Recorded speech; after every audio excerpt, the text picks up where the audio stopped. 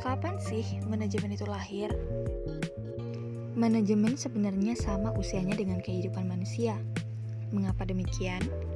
Karena pada dasarnya manusia dalam kehidupan sehari-harinya tidak bisa lepas dari prinsip-prinsip manajemen, baik itu langsung maupun tidak langsung, baik itu disadari maupun tidak disadari. Ilmu manajemen ilmiah timbul pada sekitar awal abad ke-20 di benua Eropa Barat dan Amerika, di mana di negara-negara tersebut sedang dilanda revolusi yang dikenal dengan nama revolusi industri, yaitu perubahan-perubahan dalam pengelolaan produksi yang efektif dan efisien.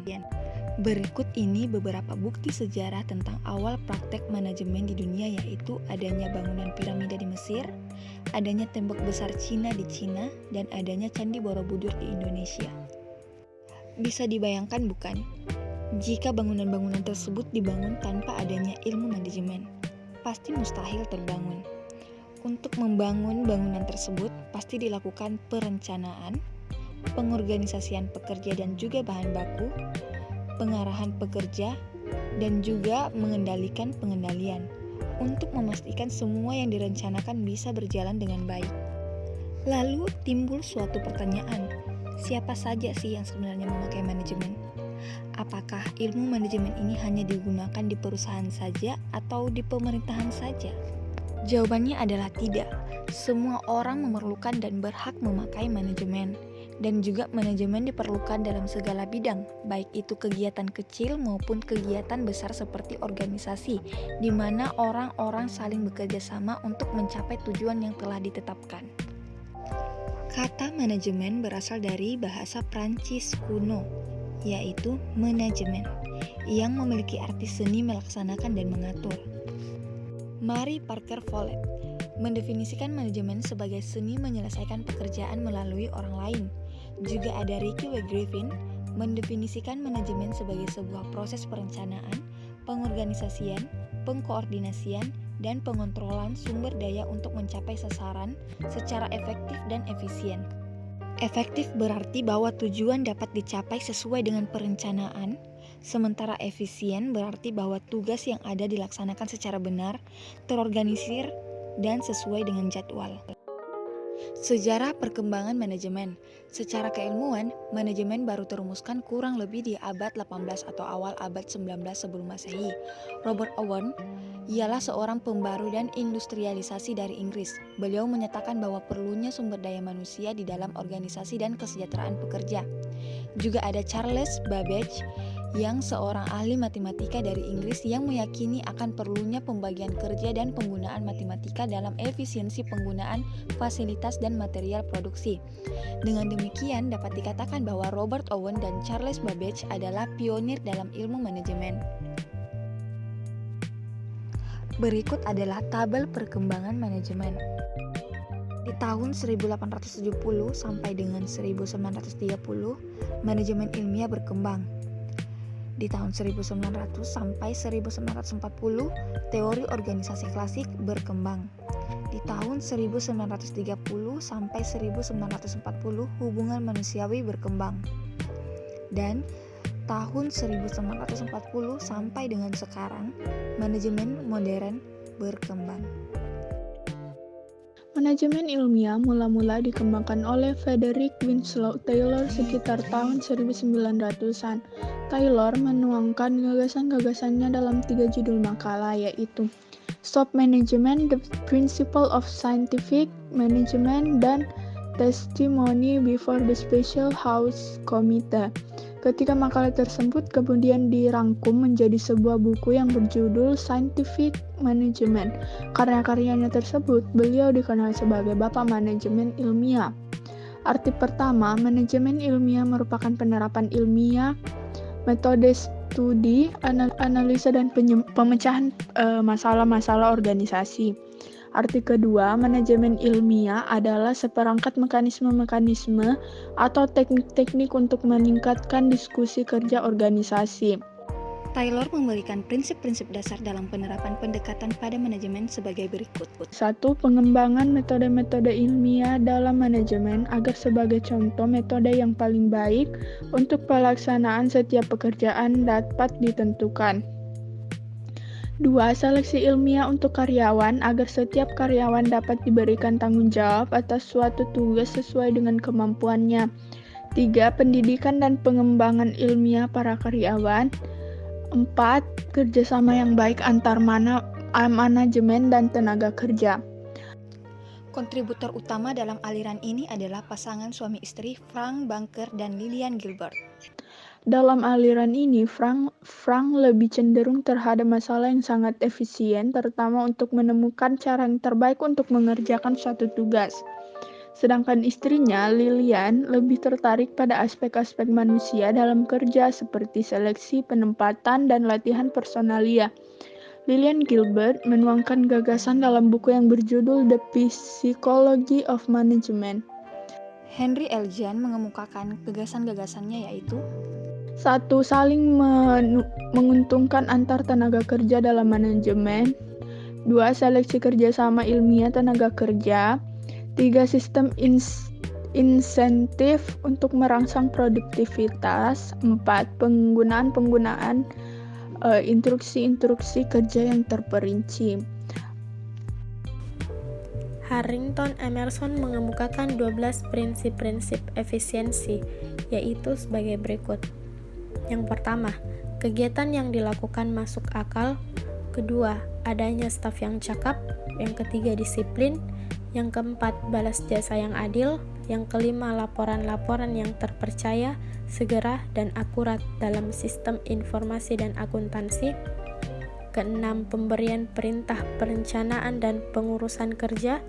Ketujuh, adanya standar-standar dan skedul-skedul, metode, dan waktu setiap kegiatan. Kedelapan, tujuan dirumuskan dengan jelas. Kesembilan, kondisi yang distandarisasi. Kesepuluh, operasi yang distandarisasi. Kesebelas, instruksi praktis tertulis yang standar. Dan yang ke-12, balas jasa efisiensi rencana intensif. Teori organisasi klasik. Henry Fayol, seorang industrialis Prancis, mengemukakan teori dan teknik-teknik administrasi sebagai pedoman bagi pengelolaan organisasi-organisasi yang kompleks dalam bukunya yang berjudul Administration Industrielle et Générale. Dalam teori administrasinya, dia merincikan manajemen menjadi 5 unsur, yaitu perencanaan, pengorganisasian, pemberian perintah, pengkoordinasian, dan pengawasan. Selanjutnya ada aliran hubungan manusiawi. Aliran hubungan manusiawi atau yang biasa dikenal dengan neoklasik muncul karena ketidakpuasan bahwa yang dikemukakan pendekatan klasik tidak sepenuhnya menghasilkan efisiensi produksi dan keharmonisan kerja. Para manajer masih menghadapi kesulitan-kesulitan dan frustasi karena karyawan tidak selalu mengikuti pola-pola perilaku yang rasional. Ada beberapa ahli yang mencoba melengkapi teori organisasi klasik dengan pandangan sosiologi dan psikologi, yaitu yang pertama ada Hugo Münsterberg tahun 1863 sampai tahun 1916.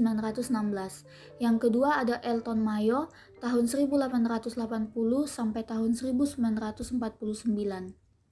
Yang pertama ada Hugo Münsterberg, merupakan pencetus psikologi industri sehingga dikenal sebagai Bapak Psikologi Industri. Bukunya yang berjudul Psychology and Industrial Efficiency menguraikan bahwa untuk mencapai tujuan produktivitas harus melakukan 3 cara, yaitu yang pertama menemukan orang yang terbaik, yang kedua menciptakan kondisi psikologis dan pekerjaan yang terbaik, dan yang ketiga menggunakan pengaruh psikologis untuk mendorong karyawan. Yang kedua ada Elton Mayo, terkenal dengan percobaan-percobaan Hodge Run, di mana hubungan manusiawi menggambarkan manajer bertemu atau berinteraksi dengan bawahan. Bila moral dan efisiensi kerja memburuk, maka hubungan manusiawi dalam organisasi juga akan memburuk. Penekanan kebutuhan-kebutuhan sosial dalam aliran hubungan manusiawi melengkapi aliran klasik sebagai usaha untuk meningkatkan produktivitas.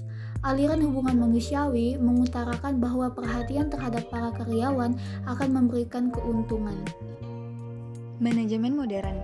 Manajemen modern berkembang melalui 2 jalur yang berbeda, yaitu 1. Pengembangan dari aliran hubungan manusiawi yang dikenal sebagai perilaku organisasi, dan kedua, dibangun atas dasar manajemen ilmiah yang dikenal sebagai aliran kuantitatif. Perilaku organisasi. Perkembangan aliran perilaku organisasi ditandai dengan pandangan dan pendapat baru tentang perilaku manusia dan sistem sosial. Tokoh-tokoh aliran ini antara lain ialah yang pertama, Abraham Maslow yang mengemukakan adanya hierarki kebutuhan dalam penjelasannya tentang perilaku manusia dan dinamika motivasi. Dan yang kedua, Douglas McGregor dengan teori X dan teori Y-nya. Yang ketiga, Frederick Herzberg yang menguraikan teori motivasi higienis atau teori dua faktor. Yang keempat, Robert Black dan Jane Moulton yang membahas 5 gaya kepemimpinan dengan kisi-kisi manajerial atau managerial grid. Yang kelima, Francis Likert yang telah mengidentifikasi dan melakukan penelitian secara ekstensif mengenai 4 sistem manajemen dari sistem 1 eksploitif, otoriatif, sampai sistem 4 partisipatif kelompok. Yang keenam, Fred Fiedler yang menyarankan pendekatan kontingensi pada studi kepemimpinan. Yang ketujuh, Chris Argyris yang memandang organisasi sebagai sistem sosial atau sistem antar hubungan budaya. Yang kedelapan, Edgar Schein yang banyak meneliti dinamika kelompok dalam organisasi dan lain-lainnya. Ada beberapa prinsip dasar penting yang disimpulkan dari pendapat para tokoh-tokoh manajemen modern tersebut, yaitu sebagai berikut. Yang pertama, manajemen tidak dapat dipandang sebagai suatu teknik secara ketat atau peranan, prosedur, dan prinsip. Dan yang kedua, manajemen harus sistematik dan pendekatan yang digunakan harus dengan pertimbangan secara hati-hati. Yang ketiga, organisasi sebagai keseluruhan dan pendekatan manajer individual untuk pengawasan sesuai dengan situasi. Dan yang keempat, pendekatan motivasional yang menghasilkan komitmen pekerja terhadap tujuan organisasi sangat dibutuhkan.